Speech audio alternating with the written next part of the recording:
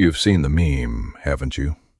Or heard it from that history buff friend at the bar, probably after a few too many IPAs. Medieval women never wore underwear. Yeah, right? The image. Ladies in flowing gowns, totally bare underneath, just letting it all hang out.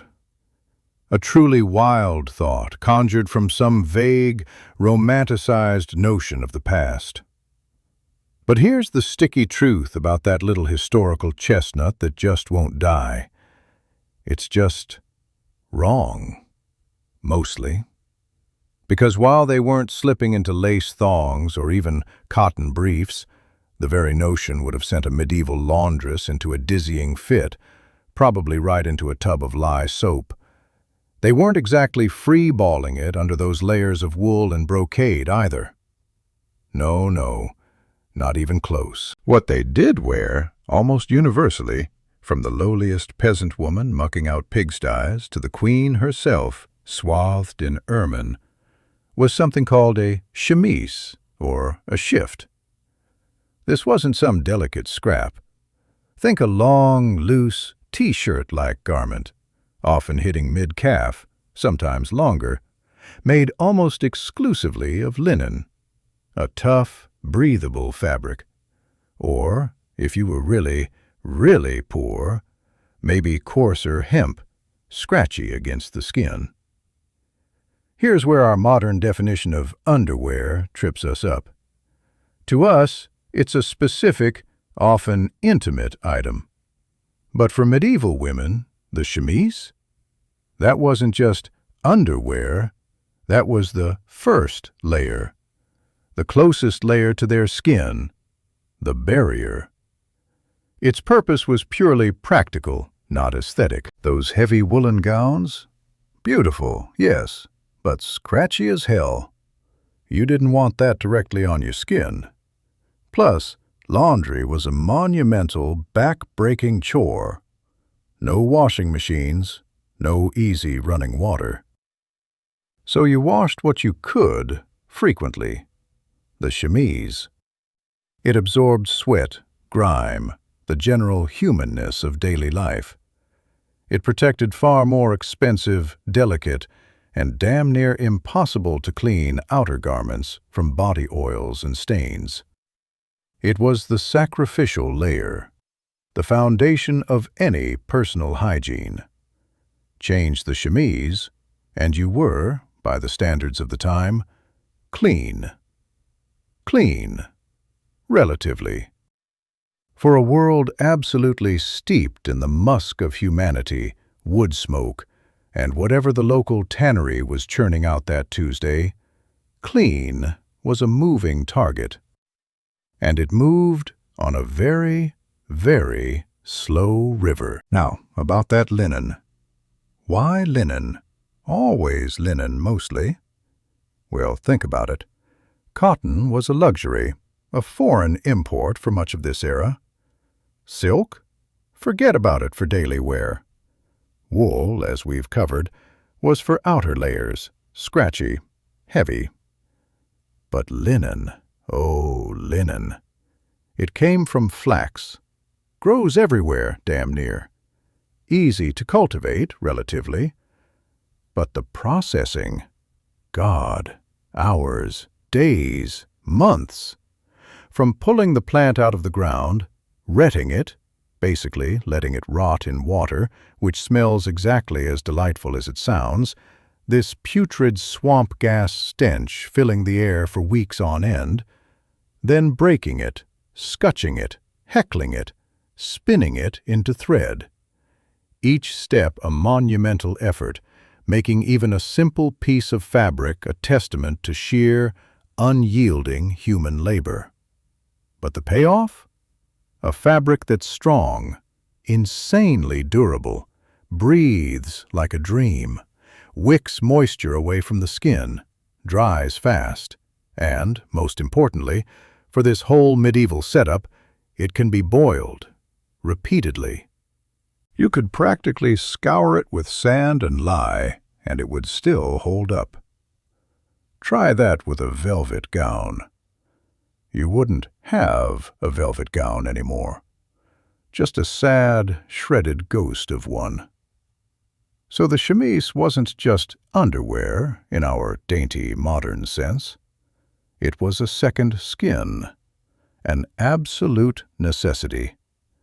It kept you warm when it was cold by trapping air, and cool when it was hot by wicking sweat. A basic temperature regulator. And it acted as a smooth, friction-reducing layer under all those other rough, heavy clothes. Imagine walking around all day, every day, in thick woolens. No chemise? You'd chafe. Badly. In places you really, really don't want to chafe. Like, seriously, think about the logistics of that. This isn't just theory either. We have inventories, wills. These things were passed down, mended, patched, repurposed. A woman might own 2 or 3, maybe 4 if she was particularly well off. Because you needed one to wear, one to wash, and one for, well, for whatever. Life happens. And while we romanticize the past, let's be brutally honest. Medieval life was filthy. Disease was rampant.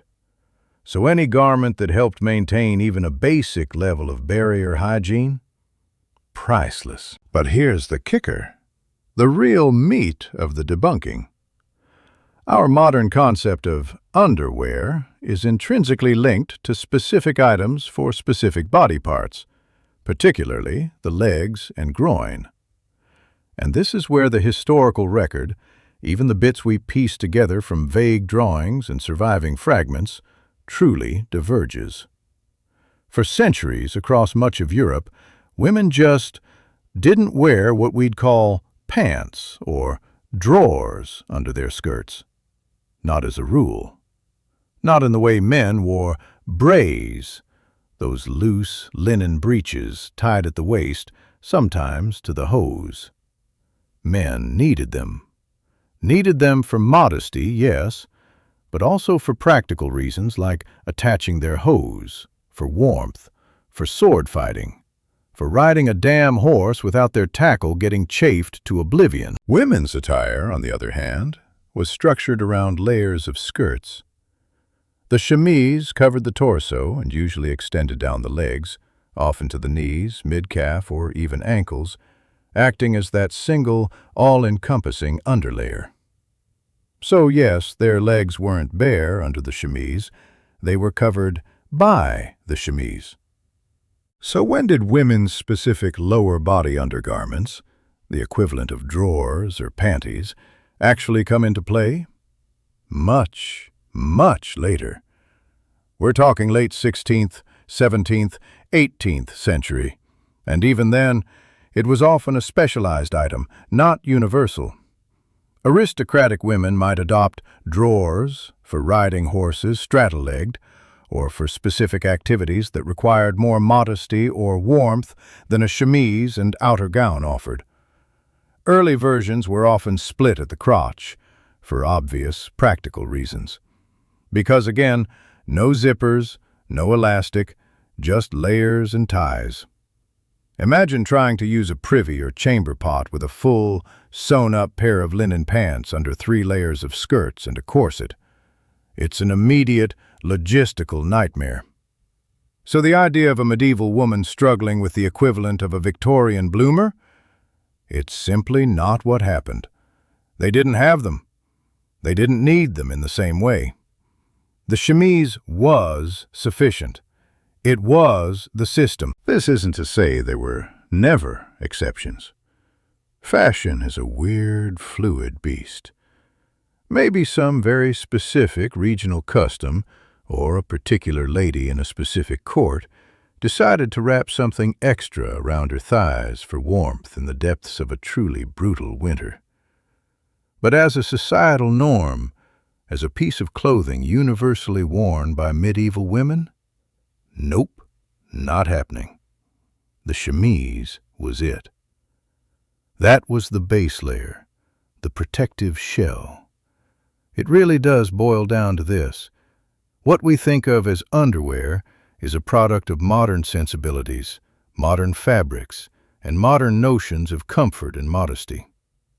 The medieval equivalent was a functional, foundational garment. Essential, yes, but not a pair of knickers, not even close. It's almost like trying to explain a smartphone to a Roman legionnaire. Sure, they had communication, but not like that. See? The same words, totally different things. So next time that friend starts pontificating about bare bottoms and medieval damsels, maybe just point them this way. Tell them to subscribe. Maybe hit that little bell icon too.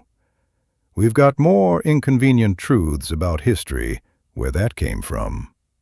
Because the real story, it's always messier, more practical, and often way more interesting. But listen, here's where it gets truly wild. The idea that medieval women were just free-balling it all the time under their heavy gowns. It's a total projection. A bizarre modern fantasy, really, slapped onto a completely different reality. Because when you strip away the romanticized notions, the silly memes, the entire system they built, it reveals an absolute masterclass in practicality, in resourcefulness, and yeah, in basic human hygiene too. Because that's what this was. A system. The chemise. The shift. Call it what you want. It was their first line of defense. Not some optional extra. Not a luxury item. It was the barrier against the coarseness of wool, against the grime of daily life, absorbing sweat, protecting the delicate skin, keeping the outer garments, the expensive garments, cleaner, longer. Think about it. Doing laundry back then? A monumental chore. Not just tossing a load in a machine. We're talking boiling water, lye, hours of scrubbing, beating, rinsing, drying. So anything that reduced that burden? Absolutely crucial. That underlayer was the workhorse, the unsung hero. And it wasn't just about comfort or modesty in our sense. It was about economics, about labor, about survival in a harsh, unforgiving world where every single fiber, every stitch, every ounce of energy counted. So when someone asks why medieval women never wore underwear, the real answer? They absolutely did. Just not the kind you're thinking of. Not some little scrap of lace or cotton designed to sit snugly. Their underwear was a full-body shield, a foundational garment. It was smarter, more robust, and, frankly, perfectly suited for their time. We just call it by a different name. We misunderstand its function, and in doing so, we utterly miss the genius of it, the profound, practical genius. It makes our underwear seem a bit, well, superfluous by comparison, doesn't it? A bit soft, a bit pampered, maybe even a little bit silly. Think about that. Before you assume bare bottoms and historical ignorance, think about what was actually there, what was designed to be there, and why. So yeah, turns out, life's always a bit more nuanced than a clickbait headline. Those medieval women, they were just trying to exist, same as us, not some fantasy. Maybe next time you pull on your own tiny, elaborate bit of lace, spare a thought for the sheer practical genius of a plain linen shift, It makes you kind of appreciate your soft cotton, doesn't it? History, man. It'll humble you. Every single time. If you want more inconvenient truths, you know what to do. Like, subscribe, maybe hit that bell.